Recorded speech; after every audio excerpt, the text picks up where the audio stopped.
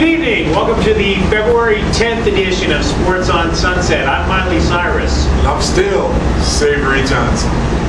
The reason we're here today, we are outside at Marty's with a different camera angle and a sponsor. The sponsor is for medical use only in compliance with California Prop 215, subsection 11362.5 and 11362.7 of HBC. Basically what we're saying is, for all of your Glaucoma needs. if you're claiming that you have headaches that just don't go away, if you're lying to everybody that you know and saying you're a cancer patient, these guys. It's cataracts. It's actually the thing we want to talk about today, even though it's no longer football season. Yeah. Last week was National Signing Day, and it occurred to me just how far the USC Trojans have fallen within the last year. This time last year, they had a lot to look forward to. They were the team at the end of last year that nobody wanted to face. They wound up barely going over 500. They lost to a team that was under 500 in a bowl nobody gives a damn about. Basically, everything fell apart at once. Larger issue, aside from USC, is in college football, the theory is if you mind your P's and Q's, if you come at things strong, you should be in contention consistently. With that said, let's take it from the top. Let's use USC as a case study. I'm assuming you've watched a little bit of USC. A little bit, yeah. And in your opinion, where did USC go wrong? Where did they go wrong? Last year, the year before last schedule, when they went undefeated. Was it last year? They didn't go undefeated. But people were saying that they should be ranked. Right. When they weren't. Because of the ongoing fallout from the Reggie Bush right. Where they went wrong was having hope. I don't mean to be mean, but I think you're being a little overly simplistic. Yeah, but the hope that they would be able to carry over from that previous year into the year that they just had was what crushed them. Because they were missing, I believe, 8 seniors graduated from the year before until this year that were desperately needed. That they didn't have. The only senior that graduated from that team that I thought was desperately needed was left tackle Ryan DeLeo. Well, that's kind of important. But I'm not suggesting left tackle is not important. But I believe there was 2 defensive linemen and a safety as well as some backups that you rotated out. I think it was 8 of them. I have to check my numbers. I actually researched. Because like USC, I'll just research. But these people that don't, if you don't get a nice influx of talent, which they weren't getting because of the scandal, people that weren't choosing to go there. If you weren't getting a nice influx of talent, then you're not going to succeed in the long run. And that was the long run. This year that they just had was the culmination of the long run. This guy, Lane Kiffin, still a coach? Yes. Is he going to be the coach in 2 more years? That's the key. Because if he's not the coach in 2 more years, you're going to have the same thing happen again. We're talking about longevity. Here's the reason why I'm not necessarily sure you're precise. There are 2 schools out there, not only just in, and football I think has something to do with it, but there are 2 schools out there where the network to recruit is so strong that a coach literally, all he has to do is walk into somebody's living room and pop the helmet down on the table and say, "Do you want to go?" And there's only 2. Despite all the stuff we hear about the SEC, there's only 2 with that kind of real pull. Notre Dame and USC. Used to be Nebraska as well. Well, I don't necessarily know about that, but the thing is that schools can scoot in and scoot out, Yeah. blah, blah, blah. I mean, but in terms of being able, now granted, there may be trouble recruiting in SEC country because, people there obviously would want to play for Alabama or Auburn. But virtually everywhere else, because the thing is, once you leave that school, you're not just set as a football player, you are set for life. Or until you completely mess up. And that even when in USC's case, that's incredibly hard to do. And let's be honest, we both know which running back I'm thinking of. No, I'm thinking about 3 or 4. Yeah. But yeah, I understand what you're saying. Well, anyway, so the point I'm getting at is, okay, let's backtrack. What is your favorite college football team? My favorite college football team? Aside from the college that you... My favorite college football team was always Hawaii. Okay. Did you ever have... I was recruited by Hawaii. Big go! Well, when you were a kid and you guys were playing sandlot football, I'm sure when you guys pretended to be pros, you wanted to be Bears. But when you were in but where were you saying it's like, where would you like to go that did not? Where would I like to? When I was a kid, I wanted to play for SC. Really? Yeah, but I was a kid. That's what I'm saying. Keep going. Well, when I was a kid, I looked to the pros, so I was always I emulated Jerry Rice. When I got to be in high school, my favorite receiver was Tom Waddle, so I emulated a pro. I never did look for college wide receivers. I was never interested in college football until I was being recruited for college football. And then in that case, the only school that really gave you a strong look was Hawaii. Yeah, because Hawaii and SIU, because they sent. Give me a program that you actually respect. Let's put it that way. A program that I respect. I could respect USC. Well, old USC. Define old USC. Like 90s. Okay. The reason I'm saying this is because but also Notre Dame. Like the 2 colleges you named, pretty much you can respect them. The loopholes from Notre Dame, not the Notre Dame they have now. Here's where I'm getting at. Yeah. If you're a school, like you take Michigan, Okay. that strong background with Bo Schembechler and for a while with Lloyd Carr, strong, they've fallen off the face of the earth. Yeah. They were pretty damn good 2 years ago, kind of good last year. They're trying to rebuild themselves. What I'm getting at is USC was trying to do something incredibly difficult.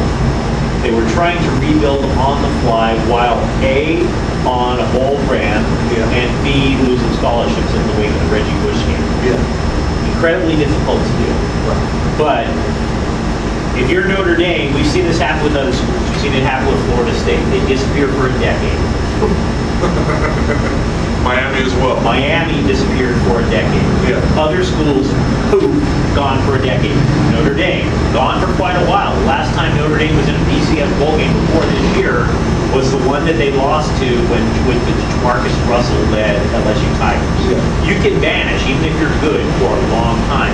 I'm trying to find out what is the precipice that leads these teams, leads these programs off the cliff, and what do these teams have to do to reestablish themselves? Scandal is what leads them off the cliff. You have how many people are going to Duke for football? For a little bit, they actually had an influx of talent. Like around 2000 and 2003, they fell off. The coach from Oregon just left Oregon. You're under the assumption that the NCAA is going to go after Oregon? Yeah, definitely. Why? I haven't heard anything about the NCAA going hardcore. Well, the thing is, this coach, Chip Kelly, him skipping back and forth, sniffs of something wrong. They go back to college, and go. It sniffs of somebody saying, "Hey, we'll pay more later." But like the. Who was it? The Joe Smith panel, where they put forward like we're gonna pay you later, just stick with us. Yeah. And that alludes to somebody, either the coach or a booster or something of the sort, paying somebody extra money to stay and a bribe didn't work of some sort. The other reason I bring this up is because USC has typically had very strong recruiting classes. Last week they had a ton of people decommit. That's the big alarm. Yeah. They had a few people decommit. They were going to have a recruiting class that was still in the top 5, and then they had a few decommits. Well, who do they get? Who do they have now? You have Matt Barkley starting for what, 4 years? He's gone. He was replaced by Max Whittick, who was a 5-star recruit 2 years ago. So now he's going to be a junior or a redshirt sophomore. So their quarterback should not be the problem. The problem is the offensive line. Well, again, you're talking about the so-called influx of talent. The reason the alarm is screaming for me that they can disappear for a decade is because if you can't recruit simply by saying we're USC, where does that really leave the program? That's like saying this is Notre Dame. No, I don't want to go. Well, that's what's been happening recently with the big time programs, especially Notre Dame. The way they got shellacked in the bowl game. I like using the word shellacked, but the way they got shellacked in the bowl game. They still had a strong recruiting class. Yeah, but I have a feeling that their recruiting is largely based on the institution and not the program. I think it goes hand in hand. Really? Absolutely. Well, you play for Notre Dame, even if Notre Dame, the team isn't good, you still have a shot at being a pro. And you've gotten hooked up with one of the strongest network colleges in the country. Yeah, the network is no doubt strong, but it's both. Yeah, I'm talking about they get a lot of religious students. They get the students that Villanova should get. You know what I mean? And like you have, it's not a party. It's a party atmosphere, but it's a tame party. It's as a friend of mine jokes, party like a Christian rock star. Yeah. Yeah, that's basically what it is. Well, let's try it from this angle. The reason I bring up college is different from the pros. The pros with the salary cap, the shedding of players left and right, it's very difficult to be consistent with. You still have to recruit all over the country, but it's not. You get to pick and choose who you want without the salary cap. See what I'm saying? How long does a program, when they fall off the cliff, how quickly could USC get back on the wagon? Because those losses they had were utterly ridiculous. I mean, 63 points allowed to Oregon. They beat UCLA 2 years ago by 50 points, lost to them this year. This time around, not only did they not go to a BCS game, they barely got off a plane in El Paso. Georgia Tech kicked the hell out. What can they do, or how soon can they get back? Both. 3 years. 3 years. And define getting back. Getting back. That's Pac-10 title worthy, and Pac-10 title worthy puts you in the conversation for now. I'm talking about a 1-loss year. Right. 3 years. In 3 years, they'll have worked out the kinks that apparently have arisen in Lane Kiffin's system with this quarterback that they have now. If you're saying sophomore, like redshirt sophomore, by his senior year, he'll have 3 years under his belt, 2 years under his belt, ready to exploit the system. What caught your attention about USC? What caught my attention was how they couldn't even recruit locally anymore. Who recruited locally? Or rather, who poached from USC's home base? Who poached? Stanford, UCLA, Oregon, funny enough. Colorado stole a couple of players, I believe. Whatever happened to Colorado, by the way? Colorado's been off the radar for about 7 years. Yeah, but a lot of these schools, like the same region, but they poached, as you said, a lot of the local running backs. A lot of local running backs ended up going there. Maurice Jones-Drew and Mercedes Lewis, they went up north. You know what I mean? They just didn't stay home. If you were running USC, knowing about as much as you know about them, what would you change? What would I change? Some things that they've changed I agree with, but they're not they've limited the booster contact. That's important. So they're not going to have any improprieties on the scale that they were getting. You know what I mean? Is that's more of a Pat Hayden thing, though, than a big kid. Yeah. What else could they do? What would you change on the field? On the field? Both. On the field, I would definitely use a running backs. They are not using the running backs like they were when they had Reggie Bush. There was a running back, Herschel. I can't remember his first name, the last name. Herschel. He was around the same time as Reggie Bush, but he was highly recruited out of not Poly, the Northern School, one that's always undefeated. Oh, you mean, Comfort De La Salle. Yeah, De La Salle. There we go. This kid Herschel, who was highly recruited, apparently was better than Reggie Bush at the time, but then suffered a catastrophic knee injury. I think that was the last workhorse running back outside of Lindell White. They don't have any workhorse running backs right now. I think their main issue starts with defense. I think they switched to a cover 2. They did, and that's a horrible idea. Yeah. Giving up 62 points even to Oregon is a bad sign, period. Even to Oregon, that's a bad sign. I think basically they got so panicked into trying to keep up with running with Oregon that they didn't have a specific defensive identity to go to. They tried to pass too much of Oregon. That's another problem. I mean, you know me, I'm big on defensive running football. Yeah. But, okay, so you're saying 3 years? Yeah. I think longer, depending. Really? Yeah, it depends. You don't think they're going to get another recruit? No, I'm not saying that they're going to have nothing but horrible recruiting costs, but this is a team lacking. I think at this moment for this program, they lack it, particularly on defense. They have no defensive identity. They're not getting the recruiting that they used to get. They simply are going to have to find out what they do well, which in my book always starts with defensive running the football and plus people in the mouth. If they lose to Oregon, so be it. But the bottom line is that losing to Oregon and winding up with 3 or 4 losses is significantly better than what you saw this year. And then you're sitting there going, okay, now we're figuring out who we are again. And this is so-called USC Trojan football. You know how they always say this is Raiders football and Bears football, which is also cliche, but you need that semblance of an identity, and they don't have it. Well, yeah. They used to get after the quarterback and beat you too, which is like a problem. You're saying the defense is the problem.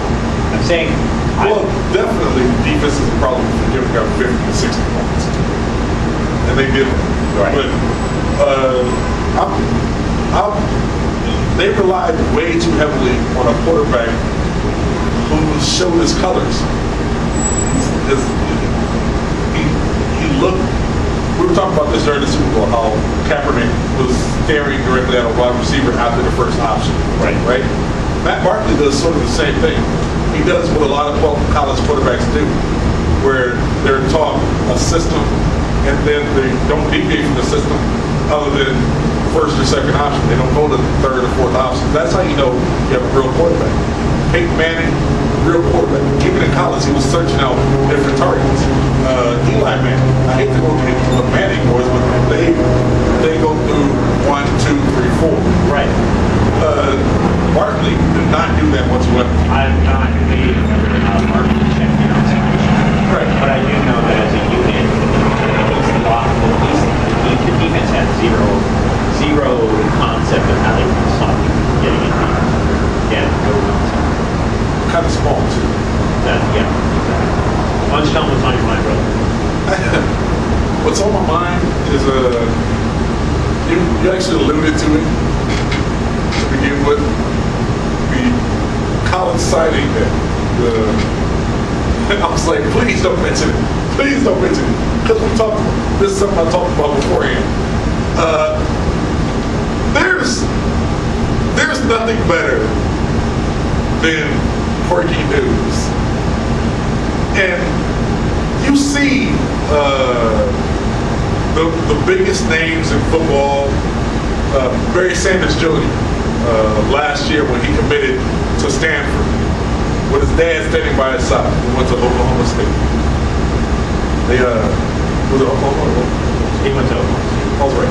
Because you gave me a look like, wait, am I wrong? Like, so, but he committed to Stanford in front of his dad. Everybody thought Oklahoma State locked. No, Stanford. But at least Barry Sanders didn't do what a certain parent did. They're excited. I need my phone, but it's over there. Fuck it. There was a mom who was standing behind her son at college signing day.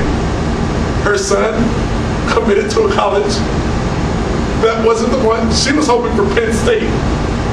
He didn't choose Penn State. So she took the letter of intent and ran off with it and didn't come back. She was dead serious. She wanted her son to go to Penn State. Lady, that's great parenting. I don't care that you're trying to send your son to a place where a bunch of kids just got raped for the last decade. No. You're raising your child the way you want your child raised. You don't let an 18-year-old make those kind of mistakes going to a SEC school. No. You send them to Penn State, to a Big Ten school, where they're going to make a bowl every year because every other team in the Big Ten sucks. Go to Penn State, young man. Follow your mom's dreams of you being massaged in the shower. And being coached by a coach that is dead.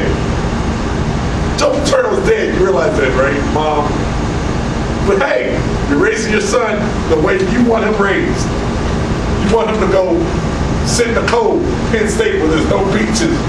All the women are butt-ass ugly. As Biggie once said, fuck the state pen and fuck hoes at Penn State. I'm done. You know, it's funny you mentioned Barry Sanders because if he had taken the slip from his son, that would have been a hell of a lot harder to track down.